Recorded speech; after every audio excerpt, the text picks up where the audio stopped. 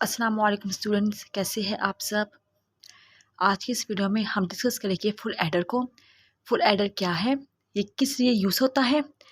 इसकी जो बुक में हमें दो इक्वेशन दी हुई है, एक सम की और कैरी की। उसको हम डीपली देखेंगे कि सम और कैरी की इक्वेशन कैसे बनी है।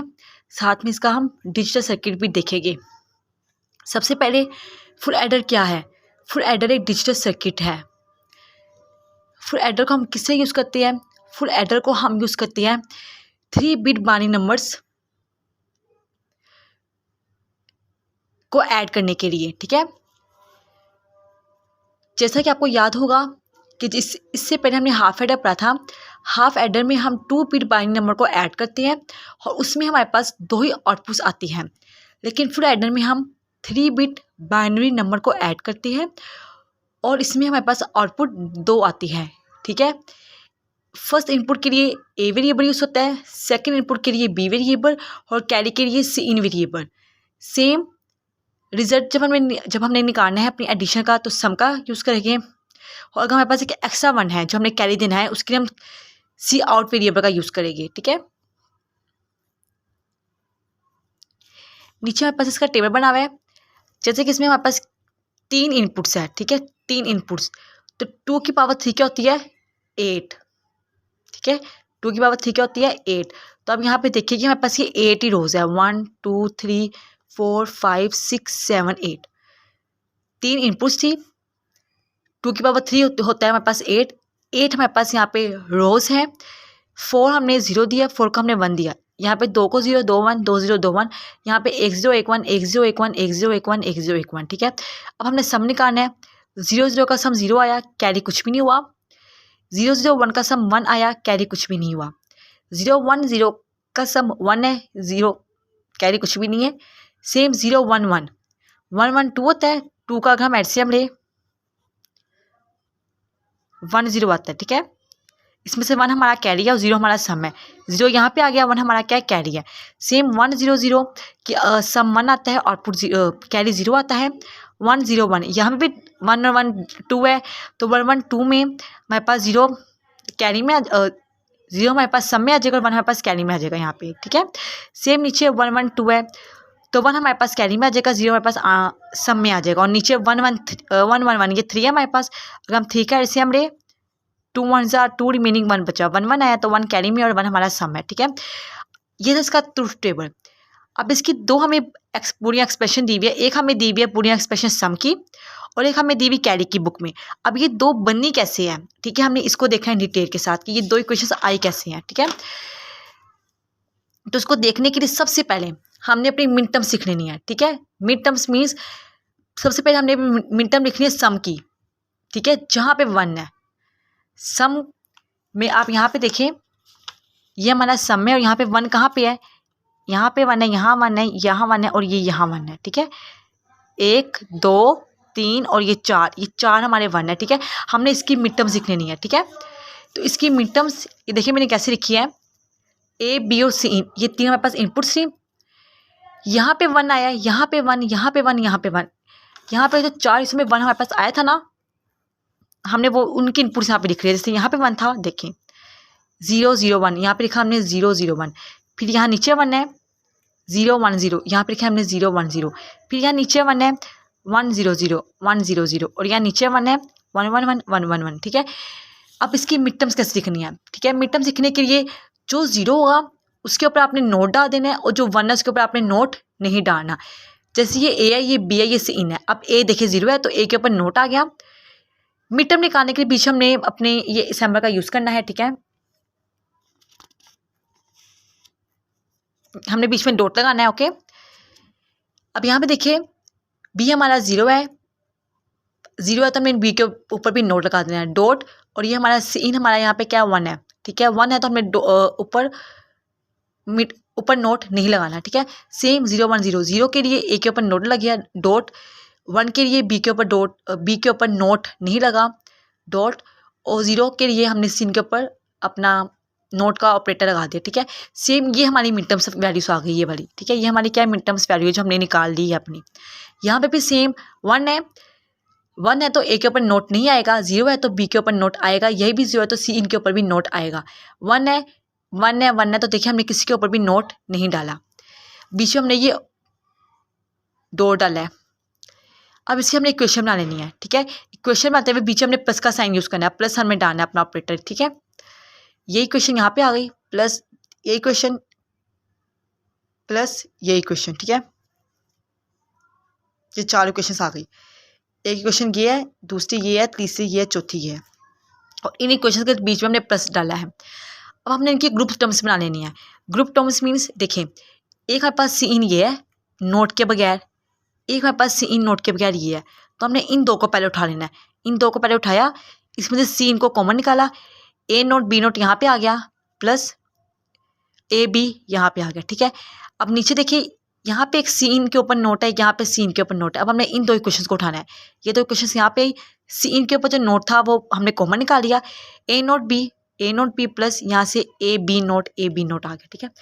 अब हमने सिंप्लीफाई करना है।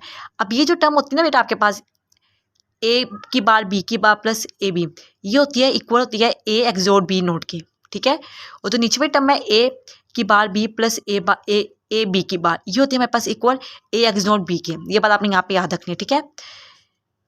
तो अब हमने यहाँ पे क्या किया, सी इन लिखा, ये देखिए ये सी इन यहाँ पे आ गया, और ये पूरा इक्वल था ए एक्सोर बी नोट के, वो यहाँ पे आ गया, प्लस का सिंबल आया, ये सी इन यहाँ पे आ गया, और ये पूरा इक्वल था एक एक्सोर बी के, वो यहाँ पे आ गया।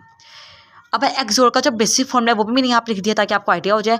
एक्सोर का बेसिक फॉर्मूला क्या होता है, एक्स वाई नोट, ठीक है, एक्स वाई की नोट, ये देखिए यहाँ पे ये ए समझिए आप एक्स है, बी समझिए आप वाई है, एक्स वाई का not plus X not Y, A को आप समझिए ये एक्स नोट है और बी को समझिए आपका वाई है। तो देखिए ये जो हमारे पास फॉर्मूला है, किसका फॉर्मूला बन रहा है, ए एक्स और बी का, यहाँ पे ये किसका फॉर्मूला है, एक्स और बी का, ठीक है। और ये क्या होगा, ये ए एक्स और बी का नोट होगा ऊपर वाला, ये हमारे पास बेसिक फॉर्मूला था एक्स और का। अब यहाँ पे देखिए जो एक्स है वो सी इन को रिप्रेजेंट करेगा, और जो वाई है वो ए प्लस बी को रिप्रेजेंट करेगा, ठीक है। एक्स जो है वो हमारा सी इन है और वाई जो हमारा ए प्लस बी है। तो यहाँ पे हमारे पास जो सम की क्वेश्चन है वो क्या है, सी इन एक्स नोट ए प्लस बी, सी इन एक्स नोट ए प्लस बी। जैसे यहाँ पे हम बात करें ना इसकी, ये एक्स वाई की, देखिए ये एक्स, यहाँ पे हमने कहते हैं ये हमारा एक्स है, ये वाई यहाँ पे हमने कहते हैं ये हमारा वाई है, सेम प्लस ये एक्स की बारी हमने कहते हैं ये हमारा एक्स की बारी है, ये वाई हमने कहते हैं ये हमारा वाई है, ठीक है। और ये किसके इक्वल है, एक्स नोट वाई के इक्वल है, ठीक है।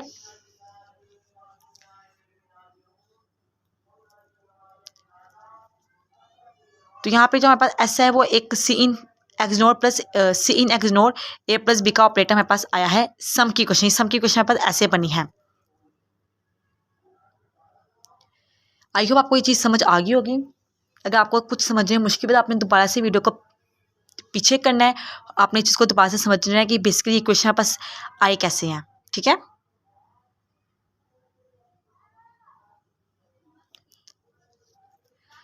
अब है हमारे पास हमारी कैरी की इक्वेशन कैसे आई है। तो सेम जो हमने काम अपना पहले किया था सम में, वही काम हम यहाँ करेंगे। पहले हम सारी अपनी मिड टर्म्स इकट्ठी कर लेंगे, ठीक है। ये मिड टर्म्स कैसे हमने इकट्ठी की है, हमारे पास जो कैरी जहाँ 1 1 आया है, ठीक है ना, जहाँ हमारे पास कैरी 1 1 आया है, कहाँ आया है 1, एक यहाँ पे आया है, यहाँ पे आया, यहाँ पे आया, यहाँ पे आया। तो हमने इसकी पहले ये तीनों लिख लेनी है, ए बी सी, ठीक है। इसकी भी A B C in inputs लिख लेनी है। फिर इनपुट्स की हमने मिड टर्म से कहानी है। तो मिड टर्म से कहाने के बाद हमने उनको क्या कर देना है, ज्वाइन कर देना है, ठीक है, जैसा हमने सम में किया था। तो हमारे पास ये देखिए यहाँ पे भी 4 ही हमारे पास है, 1 2 3 और 4, जिसको हमने कंबाइन करिए, ठीक है। अब यहाँ पे हमने कॉमन फैक्टर्स निकालने हैं। सेम यहाँ पे हम कैसे कॉमन फैक्टर निकालेंगे, ये एक हमारा सी इन के ऊपर बार है, ए डॉट बी सी इन के ऊपर बार, एक ये हमारा है, plus A dot B C in एक ये, हमने इन दोनों को कंबाइन कर लिया। इन दोनों को कंबाइन करने से क्या हुआ, यहाँ पे ए और बी दोनों में कॉमन था, वो कॉमन आ गया, सी इन की बार प्लस इन हमारे पास आ गया, सी इन की बार प्लस सी इन हमारे पास 1 के इक्वल होता है, और से यहाँ पे ए बी आ गया। अब हमने इन दो को कंबाइन किया, इन दो को कंबाइन करके हमारे पास सी इन और सी इन ये कॉमन आ जाएगा, यहाँ से ए की बार बी और यहाँ से प्लस ए की बार ए बी की बार आ जाएगा, ठीक है। ए की bar B plus A dot B की बार यहाँ पर इक्वल होता है ए एक्स और बी के, ये मैंने अभी आपको पीछे भी बताया, और ये सी इन वैसे नीचे आ गया, ठीक है। अब यहाँ पे एक बात आपने याद रखनी है, सी इन प्लस सी इन की बार प्लस इन 1 इसलिए आया है क्योंकि अगर मैं सी इन की बार की जगह 1 पुट करूँ, ठीक है। मैंने सी इन की जगह 0 पुट किया तो सी इन की बार क्या हो गया 1 हो गया, दोनों को प्लस किया तो आंसर 1 नहीं आया। अगर मैं सी इन को 1 कर दूँ, सी इन की बार क्या हो जाएगी 0 हो जाएगी, दोनों को प्लस करूँ तो आंसर 1 नहीं आएगा। ठीक है, तो इसलिए यहाँ पे ये जो है सी इन की बार प्लस सी इन ये 1 के इक्वल है। ओके, अब हमारे पास 2 इक्वेशन है, एक इक्वेशन यहाँ से ये है या एक हमारे पास ये है, या इन दो को हमने कंबाइन कर लेंगे। देखिए यहाँ पे हमने कंबाइन कर लिया तो हमारे पास सी आउट की क्वेश्चन यहाँ पास सी आउट की क्वेश्चन आ गई जो बुक में हमें दी हुई है। ठीक है, अब हमारे पास सी आउट की भी क्वेश्चन आ गई है और हमारे पास सी इनकी भी सी आउट की भी क्वेश्चन आ गई है और सम की भी आ गई है कि कैसे आती हैं, हमने निकाल लिया। ठीक है, अब हमने अपना सर्किट बनाया फुल एडर सर्किट है। पहले हमने अपनी हाफ एडर सर्किट बनाया। देखिए एक ये हाफ एडर सर्किट मैंने बनाया हुआ है, एक ये बनाया हुआ है हाफ एडर सर्किट। ठीक है, ये हमारा हाफ एडर सर्किट है पूरा, जिसमें ये एक्सोर गेट और ये हमारे पास एंड गेट है। ये हमारा हाफ एडर सर्किट है। अब हमने इसमें अपना हाफ एडर सर्किट और ऐड करना है ताकि हमारा फुल एडर सर्किट बन जाए। ठीक है, तो ये हमने कैसे किया है, यहाँ पे देखिए आप ए बी इनपुट आ रही तो ये बन गया ए एक्स और बी बन गया। ठीक है, अगर मैं यहाँ पे क्वेश्चन लिख दूँ, ये मैंने लिखी हुई है ए एक्स और बी हमारे पास आ गया। अब हमें सी इन भी चाहिए, क्या चाहिए, सी इन चाहिए। ठीक है, तो इसके लिए हमने आगे एक को लगा दिया, एक्स और गेट लगा दिया आगे। ठीक है, उसमें से हमने सी इन की आउटपुट निकाली है, सी इन की। यहाँ बीच में एक्सोन का साइन था ना, तो हमने एक्सोन के डेकोर बनाया और सी इन की हमने बीच में से इनपुट निकाली है। ठीक है, इनपुट निकाली तो अब इससे क्या होगा, ये ए एक्सोन बी और ये सी इन, ये हमारे पास क्या आ जाएगा, ए एक्सोन बी एक्सोन सी आ जाएगा। ठीक है, ये हमारे पास सम की क्वेश्चन आ जाएगी। जब हमने कैरी की निकालनी होगी तो कैरी की निकालने के देखिए ये ए डॉट बी तो ऑलरेडी हमारे पास है, हमें ये इक्वेशन चाहिए। तो ये इक्वेशन कैसे आएगी हमारे पास, पहले हमें चाहिए ए एक्सोन बी, पहले हमने ए एक्सोन बी निकालना है। ठीक जी, तो यहाँ पे ये हमारा और का गेट है। ठीक है, यहाँ पे बेसिकली क्या हो रहा है, ए डॉट बी ये हमारे पास सी गेट था, एन का गेट था। ठीक है, C in dot A plus B, sorry A X dot B, यहाँ पे ए एक्स डॉट बी हमने यहाँ से निकाला है। ठीक है, हमने ऊपर एक्स डॉट का गेट बनाया हुआ था, यहाँ से ए एक्स डॉट बी आया है। ठीक है, और ये सी इन और यहाँ से सी इन गया इनपुट के तौर पे। ठीक है, यानी कि ये दोनों गेट, यहाँ से हमने एक्स डॉट को निकाला है और यहाँ से हमारा सी इन आया है। ये जो हमारे पास गेट बना है ये इसी इक्वेशन का गेट बन गया है हमारे पास। ठीक है, तो अब क्या होगा, ए डॉट बी का भी गेट बन गया, इसका भी गेट हमारे पास आ गया। ये गेट से इनका है और यहाँ से हमने एक्स डॉट का गेट निकाला है, ये A dot A plus B का। अब हमने बीच में चाहिए और गेट, तो इन दोनों को हमने अटैच कर देना है और गेट के साथ। ठीक है, देखिए यहाँ से इसको अटैच कर दिया, यहाँ से इसको हमने अटैच कर दिया और गेट के साथ। तो अब हमारे पास ये जो इक्वेशन बन गई, इक्वेशन हमारे पास कैरी की इक्वेशन बन गई है।